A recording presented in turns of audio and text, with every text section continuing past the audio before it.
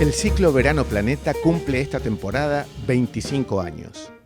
Nacieron por iniciativa del Grupo Planeta con la producción general de Marcelo Franganillo.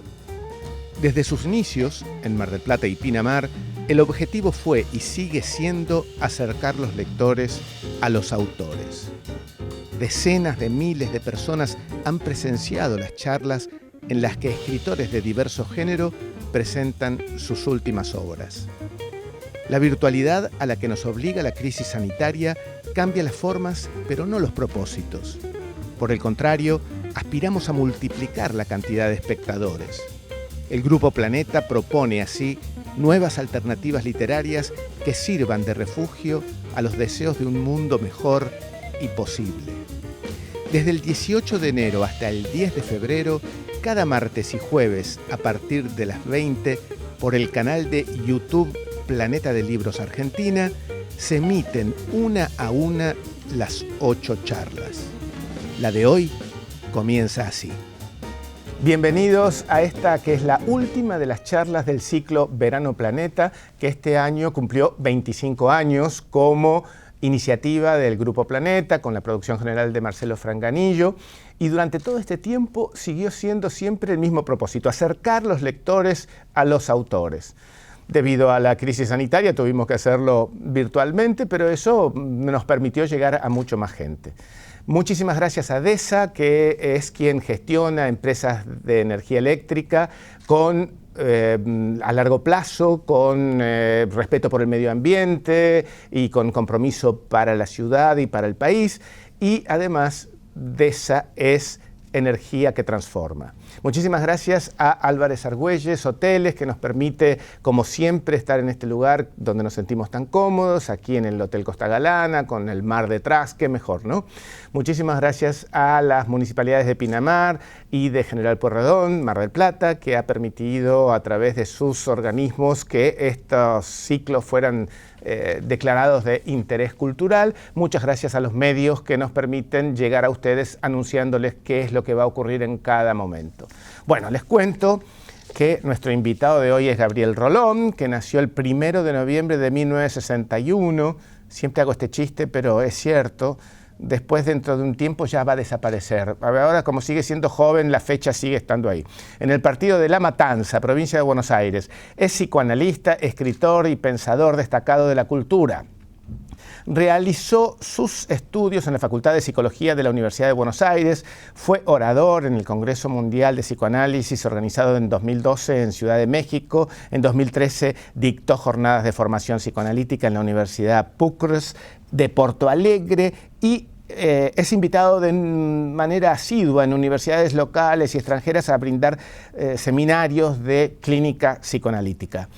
Ha escrito muchísimos libros, todos ellos en Planeta, no les voy a agotar con la lectura de todos ellos. Sus ediciones superaron récords de ventas históricos, convirtiéndose su obra en un verdadero fenómeno de la industria editorial. Más de 2 millones de ejemplares se confirmaron como el escritor más vendido de Sudamérica.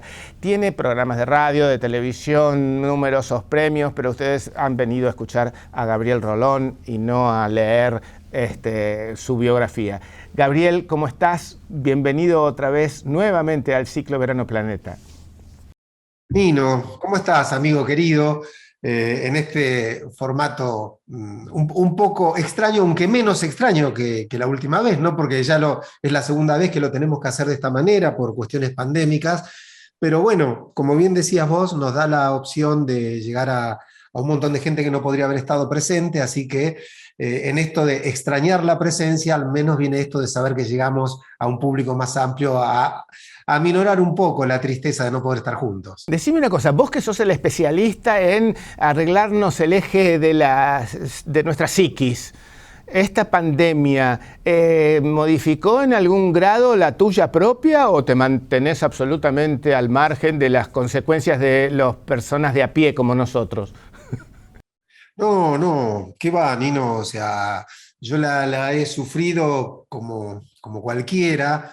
He tratado de alguna manera de pensar cómo se resistía mejor o cómo se atravesaba mejor esta situación, ¿no? He tratado de implementarme como para poder seguir atendiendo, adelanté la publicación de un libro que tenía pensado para más adelante y que salió, que era El Duelo, que yo lo tenía pensado para mucho después, pero la pandemia me dio posibilidad de escribir, entonces, bueno, me dediqué a escribir. Intenté llenar mi vida de cuestiones que me hagan bien, de cuestiones que me den placer, que me hagan sentir vivo, sobre todo, ¿no? Porque creo que uno de los graves efectos de la pandemia es este aislamiento afectivo. ¿Y a qué negar que cuando uno está afectivamente lejos de lo que ama, se siente un poco menos vivo? Y a eso sumarle la amenaza permanente de enfermedad o de muerte, la real y además hiperalimentada por toda la información que tenemos, entonces la sensación de estar en un lugar incómodo es muchísima, y eso solo lo aminora el placer. El placer y la sensación de estar jugando algún deseo, algún proyecto. Así que, digamos, con todos estos conocimientos en la cabeza, digamos, teóricos, he tratado de decir, bueno, vamos a tratar de seguirlos y vamos a implementar algo que nos permita, digo, a mí y todos los que me habitan, diría Ortega y Gasset, ¿no? Mis multitudes. Pero bueno, he tratado de hacerlo y lo vengo resistiendo bien, a pesar de cosas que a veces me han dado mucha bronca, me han sacado alguna lágrima. Digo, solo he podido ver 3 veces a mi hija embarazada, porque a lo largo de todo su embarazo solo la pude ver 3 veces. O sea, me perdí todo el embarazo. Ya mi nieta tiene 9 meses y también la he visto muy poco y ya me cuentan que tiene 4 dientes y yo digo, pero si yo me perdí en el primero, por un montón de cosas que da bronca, que da tristeza, que angustian un poco, pero me parece que justamente de lo que se trata es de tener deseo de vivir, cuidarse para vivir, para recuperar después, no el tiempo, porque eso es irrecuperable, pero sí los sueños y los proyectos y los abrazos. Esas son las herramientas que utiliza Gabriel Rolón para evitar los bajones. Es decir, pensar, bueno, tenemos un futuro, un mañana, no vi cómo le salían los dientes, pero a lo mejor puedo contribuir con el ratón Pérez a cuando se le caigan, ¿no? Digo yo. Tal cual, no, eso va a estar, ¿viste? El ratón Pérez lo manda por mensajería, pero sí, sí, claro, son un poco las herramientas, digamos, por decirlo, así como marcas vos, que no tiene que confundirse con la esperanza. ¿Sí? Tema interesante, ¿eh? El de la esperanza, porque todo el mundo cifra en la esperanza algo que vos te ocupás, como has hecho con el amor en algún momento, de decir, un momentito, que la esperanza no es tan buena. A ver, ¿cómo es eso? No, claro, o sea, no se trata de estar esperanzado, ¿no? Porque la esperanza es una emoción que nos pone en una triple situación de desventaja. Por un lado, en la situación de que claramente hay algo que nos está faltando, si no, no tenemos la esperanza de que eso llegue, ¿no? Lo que fuere, dar bien un examen, que la persona que amamos nos retribuya, que nos den un trabajo, cualquiera fuera el motivo de la esperanza, es un motivo acerca de algo que no tenemos, es decir, nos ubica en falta, nos ubica también en un lugar donde no podemos hacer nada para que eso ocurra, nos impotentiza, es decir, quedamos esperanzados en Dios, en los científicos, en quien vos quieras, pero quedamos así, ¿no? Esperanzados, y entonces quedamos que no podemos disfrutar porque no lo tenemos, no podemos hacer nada y nos sentimos impotentes, y no depende de nosotros. Entonces me parece que es una situación que nos deja en una clara desventaja. Yo prefiero el deseo que me moviliza a mí hacia lo que quiero, no la esperanza que me hace quedar pasivo a ver qué ocurre. Yo movilizo mi deseo, por eso digo esto de los abrazos que vendrán y todo, no son una esperanza, trabajo para eso. ¿Cómo trabajo? Me cuido mucho, mantengo mis afectos como puedo, voy construyendo mi relación con mi nieta por teléfono o por imagen, que vea una cara que sepa el día de mañana que es su abuelo. Intento que los que yo amo estén bien y se cuiden mucho para que ellos también estén preparados para cuando esto pase. Trato de trabajar y de estar creativo para que me agarren un buen momento. Bueno, el deseo te moviliza muchas cosas. Entonces, de eso se trata, ¿no? De poner en juego el deseo, porque el día que perdemos esa capacidad deseante, empezamos a sentir que la vida tiene menos sentido y no tengo ganas de que me agarre. No, no tengo tanto tiempo para darle de ventaja a la vida. La Como diferencia, decías, la diferencia entre eh, esperanza y deseo me hizo acordar a una cita que yo no recuerdo de quién, pero la tengo en la cabeza, que decía que el pesimismo es hijo de la inteligencia y el optimismo de la voluntad. Y no sé por qué le encuentro cierto. Bueno, también recuerdo que el pesimista es un optimista informado, dicen. son interesantes. Yo creo en ese tema que el pesimista y el optimista son dos caras de una misma ingenuidad, ¿no? Quiero decir, creer que todo va a salir mal es tan absurdo como creer que todo va a salir siempre bien. Digo, si querés cierto espíritu realista, se ubica en el medio de estos, entendiendo que hay veces que hay cosas que salen, a veces las cosas salen bien y a veces salen mal, pero comprometiéndonos. ¿Para qué? Para hacer todo lo posible para que la cosa salga bien, sabiendo de antemano que hagamos todo no nos garantiza que salga así.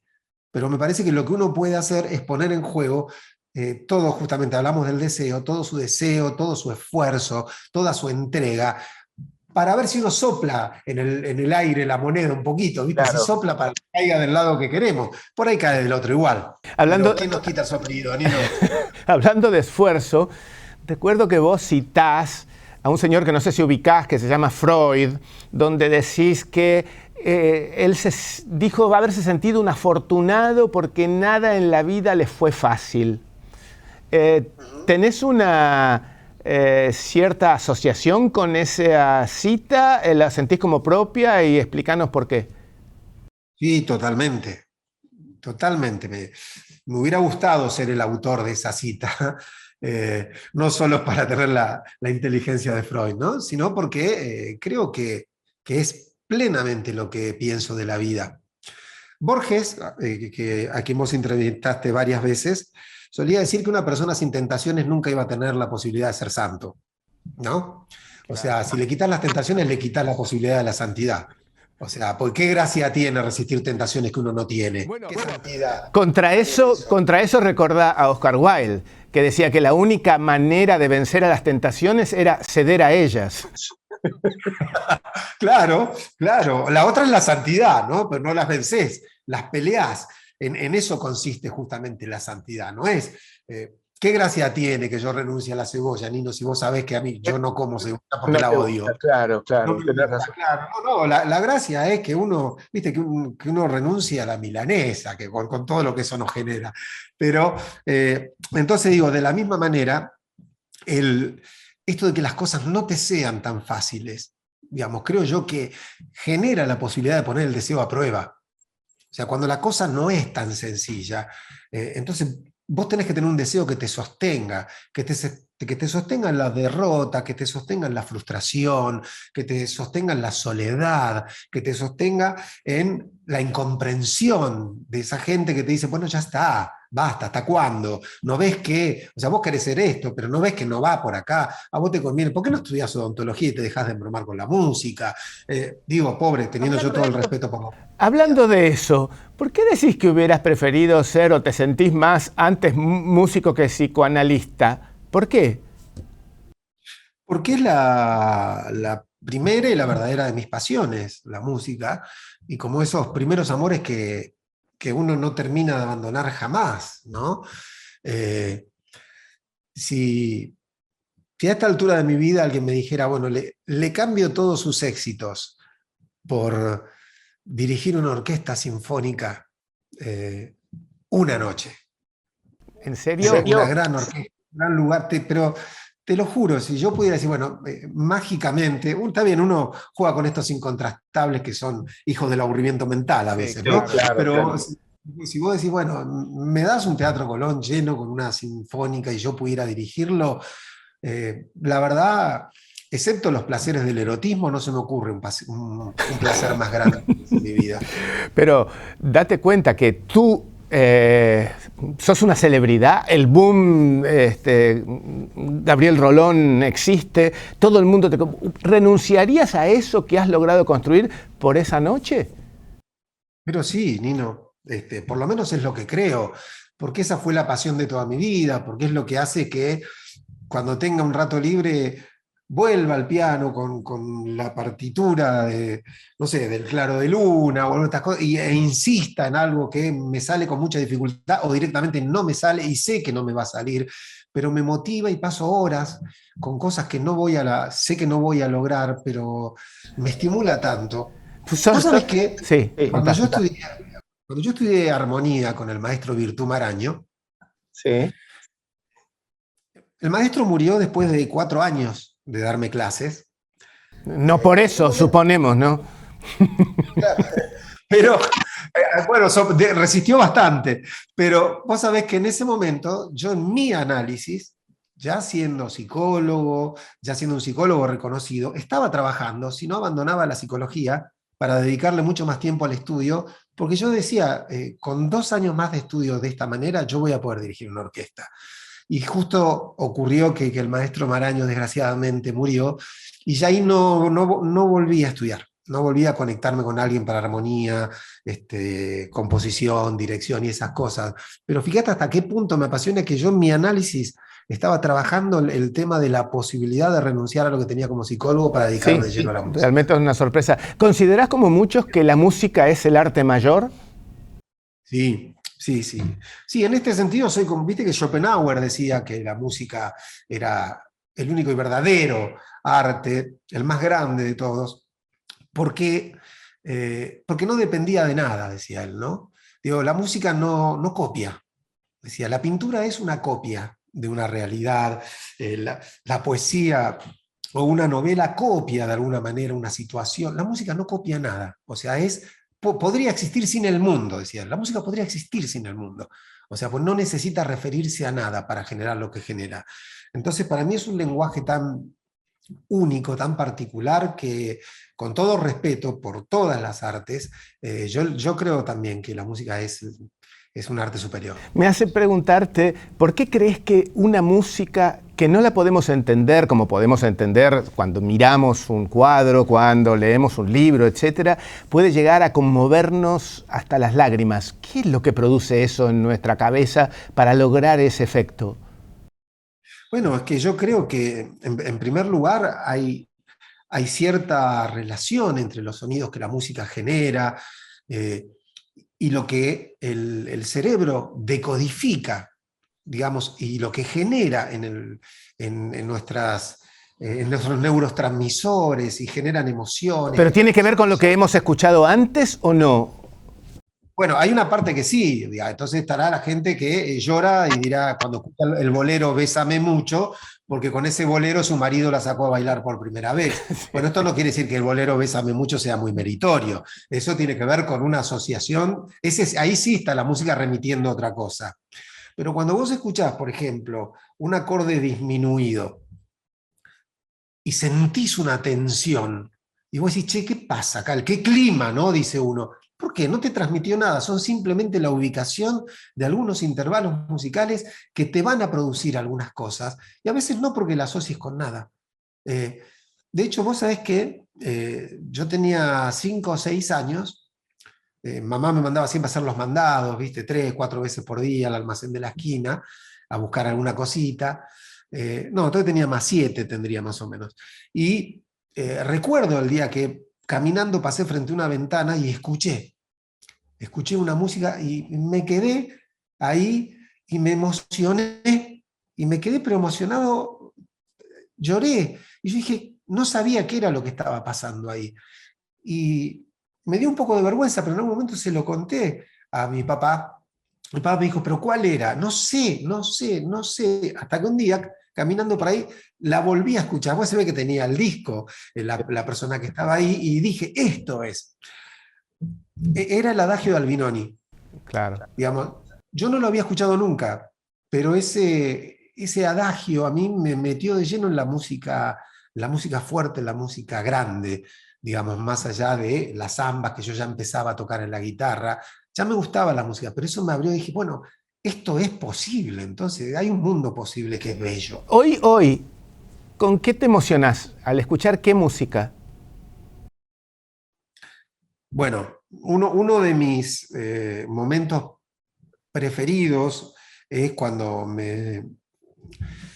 me dedico a relajarme un poco, me sirvo una copa de vino, terminó el día, y suelo acompañarlo, bueno, con Oblivion de Don Astor, De mi ¿no? contemporáneo, mi contemporáneo no, mi conciudadano, perdón, y compartimos esa emoción, compartimos esa emoción. Recuerdo que fue el bis que hicieron en St. Martin on the Fields en Londres, y la gente, los ingleses, que es difícil excitarlos, se volvieron locos. Realmente yo creo que lo de Piazzolla es un fenómeno que no puede dejar a nadie indiferente, eso es lo que creo, ¿no? Bueno, es que ahí tenés el poder de la música, Nino. Gente que no sabe, no ha escuchado esas cadencias que tiene el tango, aún el tango de Piazzolla, ¿sí? Que es tan innovador, que es tan disruptivo, conserva esa esencia de cierta cosa, y ni que hablar de los ciudadanos, ¿no? Con sus sonidos, con ese famoso 3-3-2, como se llama esa división rara del compás de 4x4, que es... Mire usted. ¿no? Que es una manera muy rara de dividir, que casi no se usa en otro género y que pocos usaron antes de Piazzolla. Voy a hacerte la última pregunta sobre música, porque tenemos que hablar un poquito del libro, y es, ¿por qué dijiste que la música debe ser el aspecto donde sos más intolerante en tu vida? Porque soy, así como la damos, soy incapaz de escuchar durante 10 segundos una música que no me gusta. O sea, cuando vos me... ¿Tenés el coraje? ¿El coraje para decir qué, por ejemplo? Saca eso. Listo, sacalo, no me gusta, ¿no? A veces voy en el auto con alguno de los productores o eso, me dice, mira, escuchá este tema, y te juro, a los 5 segundos le digo, no me gusta, sacalo, no. Sacalo o avísame y yo me pongo un auricular y escucho otra cosa, pero no quiero ir. E inmediatamente construís un mal concepto de la persona que le gusta esa música, seguramente. No, para nada, para nada. No, yo creo que en ese sentido, a lo mejor hay gente que tiene aptitudes de disfrutar de cosas que yo no, y de hecho yo he aprendido a disfrutar de cosas musicales que antes no disfrutaba, pero mientras no me gustan me cuesta muchísimo. Si no es para estudiarlas y me lo pongo voluntariamente, digo, a ver si venzo esa resistencia, me cuesta muchísimo, muchísimo. Me parece que debe ser un... Sí, decime. Digo, me da tanto agrado la música que soportarlo cuando no me gusta me resulta intolerante. Intolerable, perdón, intolerante soy yo. Vaya el lapsus. No, estaba pensando que recién dijiste que podés entender que haya gente que le guste lo que a vos no te gusta, y yo pensaba que eso debe ser un principio básico del psicoanálisis, ¿no? O del psicoanalista, entender que al otro le pueden gustar cosas que a él no. Bueno, exactamente, Nino, es muy inteligente lo que decís. ¿Por qué? Porque una de las bases del psicoanálisis, justamente, es que el analista no transfiera ni sus gustos, ni sus elecciones, ni sus valores a los pacientes. En una época hubo analistas que tenían este lugar casi de adoctrinar, y uno se daba cuenta de cuáles eran sus pacientes porque todos se parecían, todos actuaban de la misma, y en realidad se parecían todos a su analista. Bueno, no, el analista, a ver, viene alguien y te dice que le gusta esto, que sexualmente le gusta esto, que profesionalmente le gusta esto, y por ahí todo está muy lejos de lo que vos aconsejarías o lo que a vos te gustaría, y tenés que tener esa actitud, decir, bueno, el deseo que importa es el del paciente, no el mío. Palabras cruzadas, del dolor a la verdad, dice edición definitiva. Me resulta como muy definitivo este subtítulo, ¿no? Edición definitiva. ¿Quién sabe si va a ser definitiva? Vos me lo dirás. Incluye un caso nuevo. ¿Por qué sentiste la tentación de incluir un caso? ¿Porque sentías que faltaba? ¿Qué fue lo que ocurrió? No, en primer lugar, porque no solo quería revisar y editar, que no es un capricho, Nino, en este caso particular. Cuando yo escribí Palabras Cruzadas, el intento fue compartir cosas que estaban ocurriendo en el momento y de las que se hablaba poco. Mira, por ejemplo, que violencia de género. En aquel momento no existía el término violencia de género todavía. No había una comisaría de la mujer, ni había un número de teléfono para llamar cuando a una mujer le pegaban. Y yo veía eso. Y por eso elegí el caso de una chica que es golpeada para ese libro. Y quería contarlo. Pero hoy por hoy, digamos, 12 años después, en estos temas han pasado tantas cosas que yo me doy cuenta que en aquel momento intervine con las herramientas que tenía y que hoy a lo mejor hubiera intervenido de un modo distinto, ¿sí? Porque hoy hay otros elementos para apoyar a un paciente en una situación así. Entonces me gustó hacer una mirada crítica de aquello y decir, bueno, mirá lo que hicimos con lo que había y cuánto camino hemos recorrido. En ese libro está el caso de un hombre que se plantea si dejar o no a su mujer por una chica trans, ¿sí? En aquel momento no existía el término chica trans. En aquel momento se decía un travesti, ni siquiera una, ¿sí? Es decir, la cuestión de género también ha roto tantos prejuicios y tantos preconceptos con los que yo tenía que trabajar en aquel momento, en el paciente, en la cultura. Entonces me pareció que una mirada retrospectiva, ¿no? O sea, ni se hablaba, por ejemplo, de la posibilidad de legalizar la marihuana, y yo hablo de un caso de un adolescente que tiene un tema con esto de la marihuana. Digo, bueno, me pareció muy necesaria la revisión de eso para, en algún caso, agregar un comentario un poco más actualizado y explicar el porqué de esas intervenciones. Y en base a eso también que me surgió el deseo de contar un caso más. Escribí un caso un poco más actual e igualmente comprometido, digamos, en lo límite de los problemas que tenían los pacientes de ese libro. Con el paso de los años, no solamente el psicoanalista tiene herramientas distintas, los pacientes también, los años cambian la naturaleza de sus complejidades, de sus temores, de sus frustraciones, porque claro, algo que estaba muy naturalizado antes, vos hablaste de bueno, no exactamente la violencia de género, pero sí el machismo en algún sentido. Nadie entendía que estaba mal y probablemente eso generara muchos problemas en mujeres. Hoy no solamente el psicoanálisis encara distinto, sino que la realidad de lo que siente la gente también es distinta, ¿verdad? Por supuesto, porque una de las cosas, mira, el ser humano está atravesado por 3 tipos de influencias distintas. Los analistas le llamamos series complementarias. Una de esas series es genética, es decir, tenés un cuerpo, Nino. Naciste con un cuerpo que tiene algunas características, que tiene algunas virtudes, algunas limitaciones, tenés todo un potencial y una debilidad, llamémosle, digamos, cosas que sí, cosas que no. No es lo mismo estar sano que estar enfermo, no es lo mismo sentirse bien que sentirse mal. Es decir, somos un cuerpo. Freud dijo, el yo es antes que nada un yo corporal. Y todo eso va a influir en nuestro estado de ánimo. Después tenemos una historia.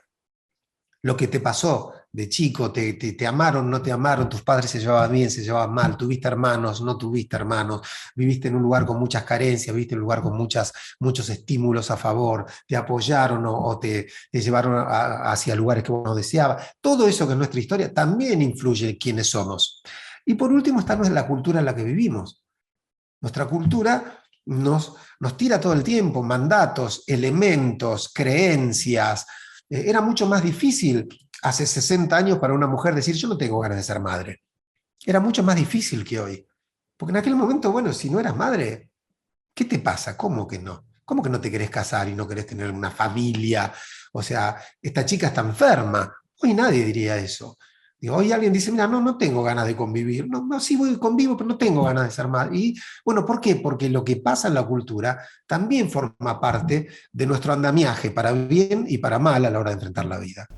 Cuando se habla de que las personas hoy son libres de elegir la orientación sexual, ¿está bien aplicado ese término? ¿Elegir? ¿Uno elige o le viene elegido, váyase a ver por qué?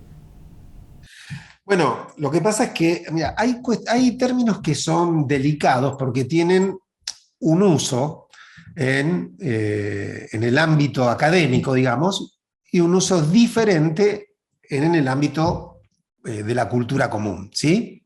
Por ejemplo, la palabra perverso. Digo, cuando los analistas hablamos de una estructura, decimos, sí, es un perverso, estamos diciendo un montón de cosas teóricas. Cuando en la calle uno dice ese tipo es un perverso, está hablando de un degenerado, un maltratador, un violador de chicos, algo que no tiene que ver y usamos el mismo término. Entonces, es muy delicado cuando hablamos públicamente usar un término teórico, porque la gente lo decodifica de un modo distinto. Entonces, si no hay tiempo para explicar, a veces es mejor no usarlo. ¿Sí? Porque van a decir, mire, Rolón dijo que era un perverso este tipo, y yo no lo estoy insultando, no estoy diciendo que es malo, estoy hablando de algunas cuestiones clínicas. Lo mismo pasa con el término elección. Cuando los analistas decimos, bueno, su elección de objeto de amor o su elección de objeto erótico, estamos enmarcando teóricamente algo que claramente no es una elección voluntaria y consciente, que no utilizamos el término elegir como lo usa la gente, como quien elige si se lleva una pizza de mozzarella o de jamón y morrones, ¿no? Como quien elige si va a Mar del Plata o a Punta del Este. No. Por supuesto que se trata de procesos inconscientes que tienen que ver con esto de lo que te hablé, con cuestiones genéticas, con cuestiones históricas, con cuestiones de la microcultura en la que uno vivió, y que hacen que uno termine, te lo voy a decir de esta manera, termina siendo una elección forzada. Es decir, elijo lo que no hubiera podido no elegir, en ese sentido. Pero que algo tiene que ver con mi historia y con lo que viví, es seguro. Cuando hablamos nosotros de elección sexual, estamos hablando de todo ese proceso que llevó a eso, en la cual la persona de eso no tiene ni la menor idea. Y más, hasta uno te diría, yo me acuerdo de un paciente hace muchísimos años, 20, 25 años, otro momento de la cultura, que me decía, si yo hubiera podido, no hubiera elegido ser gay. ¿Sí? Porque, ¿sabes? Porque mis padres se frustraron, porque yo hubiera tenido una vida más tranquila, porque no me hubieran mirado mal, yo hubiera elegido no serlo, pero ¿qué querés que haga? Me decía. Es decir, porque justamente estaba hablando de esto de la elección sexual, ¿no? Que de eso sí ya se hablaba en aquel momento. Entonces, no es una elección, yo hubiera elegido vivir más tranquilo de otra manera. Y estaba dando cuenta de esto, ¿no? Digamos, se trata de una manera de llamar al proceso de sexuación que no tiene que ver con se me dio la gana vestirme de tal manera o estar con alguien del otro género o de mi propio género. No pasa por ahí. No, además el heterosexual no se propone que su deseo o su atracción sea el otro género. Ocurre, ¿no? Claro, ¿sabes cuál es? El único problema que hay ahí es que la cultura durante mucho tiempo, y creo que aún hoy, tiene la mirada de que eso es natural. Sí. ¿Sí? Y allí es donde la cultura equivoca su mirada, ¿sí? Y su análisis. En el ser humano la sexualidad no es natural. Digamos, que sea mayoritario no quiere decir que sea natural. ¿Sí? Entonces, bueno, ahí es donde empieza a haber una cierta segregación compleja, porque es decir, si esto es natural, entonces lo otro es antinatural. Exacto. Si es antinatural, ¿qué es? Es enfermo, es pecaminoso, es delictivo. Bueno, por todas esas categorías tuvo que pasar la homosexualidad. En un momento fue un delito, en otro momento fue una enfermedad, en otro momento fue un pecado. Digo, ¿por qué? Porque si es antinatural, bueno, lo que hay que entender es que la heterosexualidad tampoco es natural, es tan poco natural como otro tipo de... Sí, y cuando decís fue, no estamos refiriéndonos a muchos lugares del mundo donde continúa siendo delito y está en contra de lo dispuesto. Te quería preguntar, cuando se ocurrió la reedición de Historias de Diván, dijiste que era una versión revisada, corregida y aumentada. ¿Revisado en qué sentido? ¿Qué revisaste? Y ahí una segunda pregunta deriva de eso. ¿De alguna cosa que hayas publicado sentiste la necesidad de corregirlo porque no estaba del todo bien? Mirá, hay algo que es cierto, Nino, y es que si uno no es muy, muy bestia y hace un trabajo durante más de 15 años, es esperable que algo aprenda, ¿no? Acerca de ese oficio. Es decir, no es lo mismo escribir un libro que haber escrito 12. ¿Sí? Si en ese proceso de casi 17 años desde que yo me senté a escribir Historia de Iván hasta ahora, yo escribiera exactamente igual, estaría en problemas. Me permito decirte que no es una ley eso, ¿eh? Porque tenemos muchos ejemplos en contrario. Pero... Bueno, Este, realmente hay que ser muy haragán, ¿no? Para no aprender. ¿Por qué? Porque vos entregás un libro y cuando te lo devuelven editado, con las pruebas de Galera, y vos preguntás por qué, y el editor dice, no, mirá, funciona mejor así, esta frase, fíjate que acá repetiste muchas veces tal palabra, y empezás a entender, bueno, entonces que en la misma página esté la palabra solamente en 5 oportunidades no está bueno.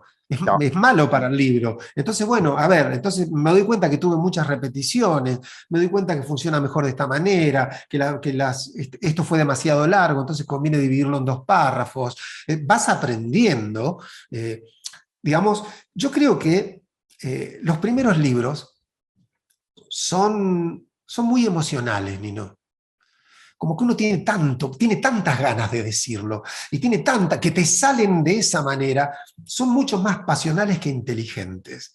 Y los últimos libros son más inteligentes que pasionales. Si por ahí decís, no tengo muchas ideas, y yo ya lo dije todo, ya escribí demasiado, y hasta te tenés que poner a pensar, ¿y ahora de qué escribo? Mientras que en el primero decís, bueno, déjenme publicar porque tengo una idea. Pero lo que sí es seguro que si vos hiciste bien el recorrido, 15 o 20 años después, el tema que decidas desarrollar lo vas a desarrollar con mayor eficacia. En ese sentido, es que me parece que a la hora de dejarle a los lectores lo mejor de uno, a veces está bueno ir hacia atrás y revisar qué es lo que uno mismo se editaría hoy con la experiencia que tiene, ¿no? Vos sabés que, citado por segunda vez, tu amigo Borges, directamente hubo un libro que lo sacó de sus obras completas, ¿te acordás? El tamaño de mi El esperanza. tamaño de mi esperanza. Que los amigos lo cargaban con ese título y era obvio por qué razón, ¿no?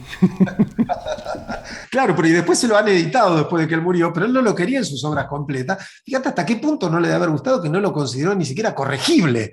Y sin embargo Claro. es un libro que es extraordinario, ¿no? Pero bueno, digo, un autor mira a la distancia y a veces reconoce como cuando miramos nuestra adolescencia o nuestra primera juventud, Sí, Nino, y claro. nos preguntamos, ¿pero cómo me enamoré de esta Bueno, de persona? sus obras completas él sacó aquel poema, ¿no? He cometido el peor de los pecados que un hombre pueda cometer, no he sido feliz. O sea que efectivamente debe haber entendido que no estaba a la altura del Borges maduro, seguramente.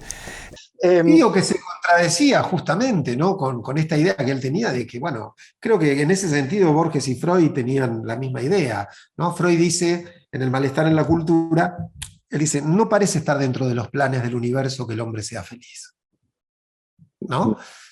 Y creo que Borges decía lo mismo, ¿no? Soy humano, ¿cómo voy a ser feliz? Ha respondido en alguna entrevista. Entonces me parece que aquel verso le pareció demasiado esperanzado o ingenuo y por eso decidió sacarlo. Decime, Historias de Diván, ¿es tu libro el que más querés, el que considerás más logrado? No sé por qué tengo la sensación de que es así.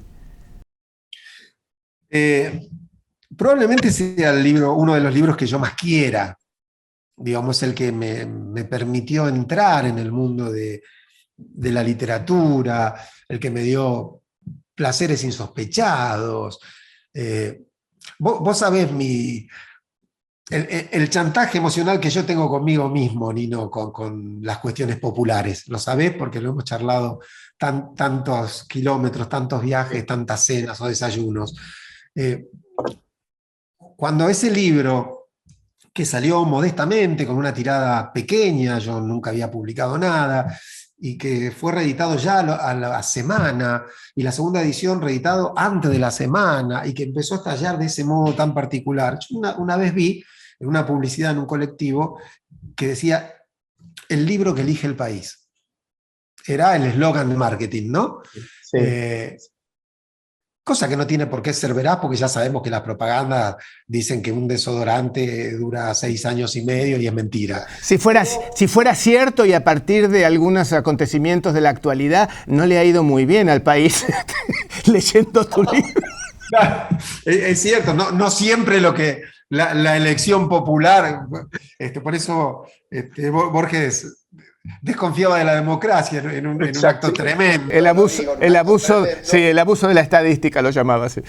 Claro, por eso. Yo no creo que no siempre lo que elige la mayoría es lo mejor, pero el hecho de eso de decir, pucha, se baja. Mira, una vez nos pasó una experiencia que me causa gracia, espero no cometer una infidencia con esto. Estábamos en un cumpleaños de un común amigo, muy importante en el mundo editorial, sobre Sabemos. todo del planeta.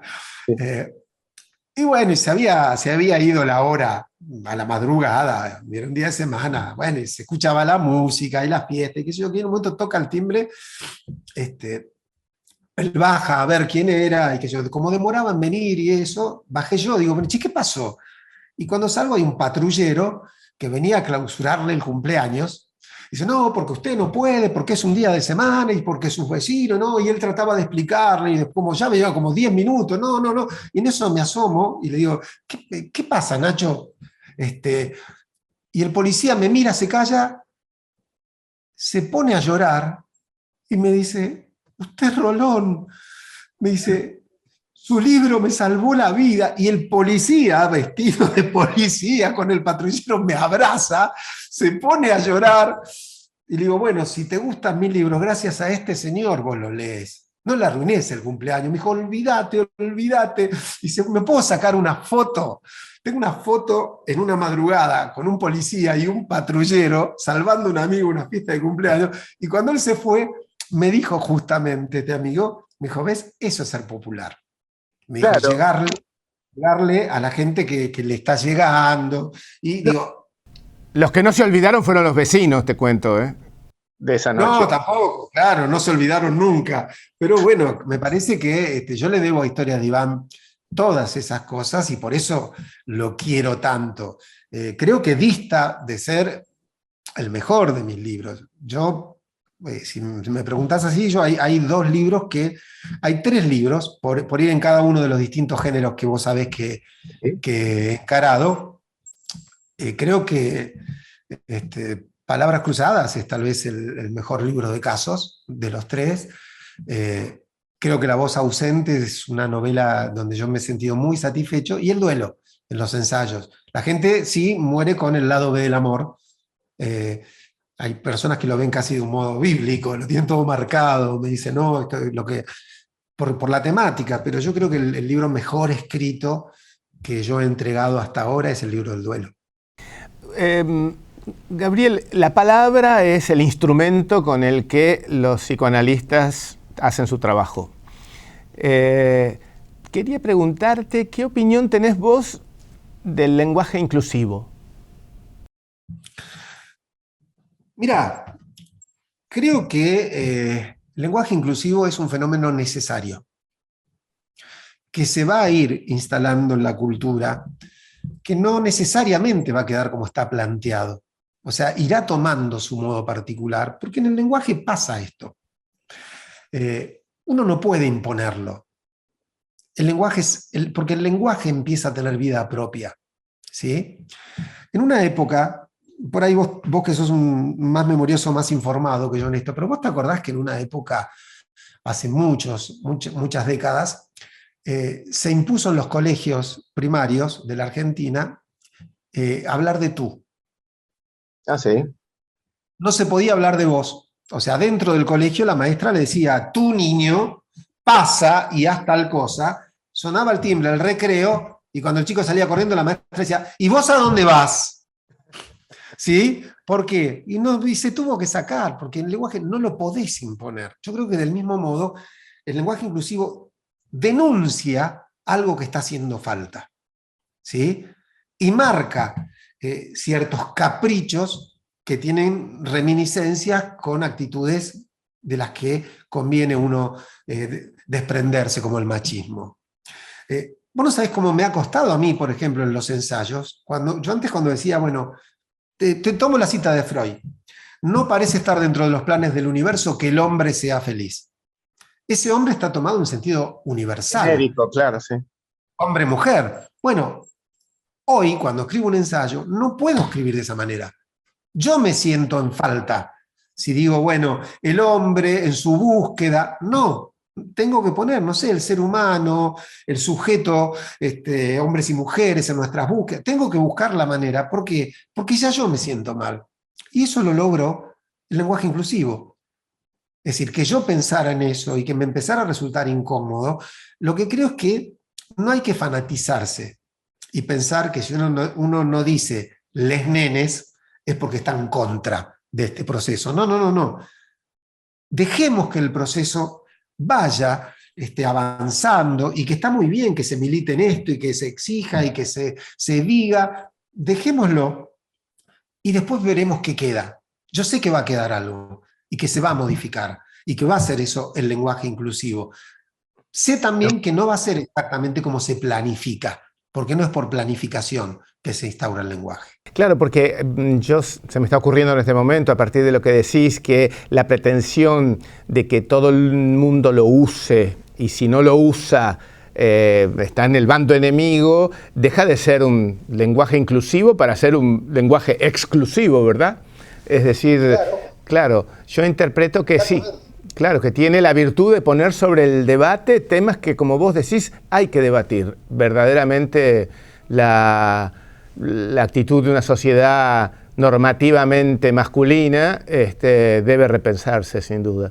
Decime, cuando algunos colegas tuyos, cuando alguien lo presenta y qué sé yo, dice psicólogo, tienen la inmediata necesidad de corregir, psicoanalista. ¿Hay como una especie de etiqueta, de jerarquía ahí? ¿Te pasa a vos? No, a veces uno tiene el deseo de marcar desde qué lugar teórico va a hablar, ¿sí? Es decir, si vos le preguntás, yo lo he visto en este tiempo, doctor, ¿qué piensa usted que ocurrirá con esto del coronavirus y tal cosa? Y por ahí el tipo dice, bueno, mire, yo soy cardiólogo, no soy infectólogo. Pero bueno, le hablo desde un cierto conocimiento, pero no es mi especialidad. Mi especialidad es el corazón, ¿sí? De la misma manera, cuando decís psicólogo, podrías estar hablando con un gestáltico, con un sistémico, con un cognitivo, con un psicoanalista. Entonces muchas veces uno, o yo al menos, no lo hago como un gesto de jerarquía, porque soy psicólogo. Mi título es licenciado en psicología. Claro. Eso se llama psicólogo, soy psicólogo. A veces lo que uno aclara es decir, bueno, no, bueno, sí, soy psicoanalista. Es decir, sepa usted desde qué lugar teórico le voy a hablar. ¿Por qué? Entiendo. Porque si yo digo algo acerca del Edipo, usted entienda que lo está diciendo un psicoanalista, que no, un cognitivo lo diría de otra manera, aunque tengamos el mismo título de psicólogo. Entonces me parece honesto siempre decir desde dónde se habla, porque si no uno transmite las cosas como si fueran verdades. Y no son verdades, son puntos de vista. Leí alguna vez que un libro que te marcó fue el de Gese Demian. Y yo encontré una frase que saqué de ese libro, a ver qué te sugiere. Dice, tendría que haber un Dios que comprendiese dentro de sí al diablo y ante el que no habría por qué cerrar los ojos cuando se hacen las cosas más naturales del mundo. Sí, bueno. Fíjate hace cuánto tiempo, ¿no? Ya se hablaba de esto de sacar de la lista de los pecados ciertas cuestiones, pero yo creo que justamente Gese, bueno, ha sido un estudioso de estas cuestiones, de las religiones, sobre todo las religiones y la filosofía oriental, pero lo que está marcando es algo muy, muy claro, o sea, la piedra en el zapato de las religiones, de los que creen, digamos, de los creyentes en Dios, es la maldad, ¿sí? Digamos, establecido un concepto de maldad y siendo todos, según se dice, criados a imagen, creados a imagen y semejanza de, bueno, si somos imagen y semejanza, ¿de dónde sacamos la maldad? ¿Sí? Uno, ¿quién era? Ay, se me fue, un filósofo muy importante, estaba leyendo el otro día, que decía, si Dios es omnipresente y omnipotente, que quite la maldad. Sí. Si no puede quitarla, no es omnipotente. Si no quiere quitarla, ¿para qué llamarlo Dios? Me suena a Russell, pero no estoy seguro. Y en relación a una frase parecida, la de Borges, ¿no? Creer en un ser todopoderoso, omnipresente y que encima nos quiere a todos es la invención más genial de la literatura fantástica. Sí. Bueno, es que es así. Uno considera así, digo yo, con todo respeto por la gente de fe, ¿no? Sí, pero por supuesto, por supuesto. Lo que Gese está marcando ahí es, bueno, si vamos a creer, tenemos que creer que existe también una cierta maldad dentro de lo que llamamos Dios. O sea, porque esto funciona como funciona, ¿no? no parece el mundo, sobre todo el mundo de los seres humanos, regirse por leyes creadas por alguien justo y bondadoso. Esto es una realidad, Nino.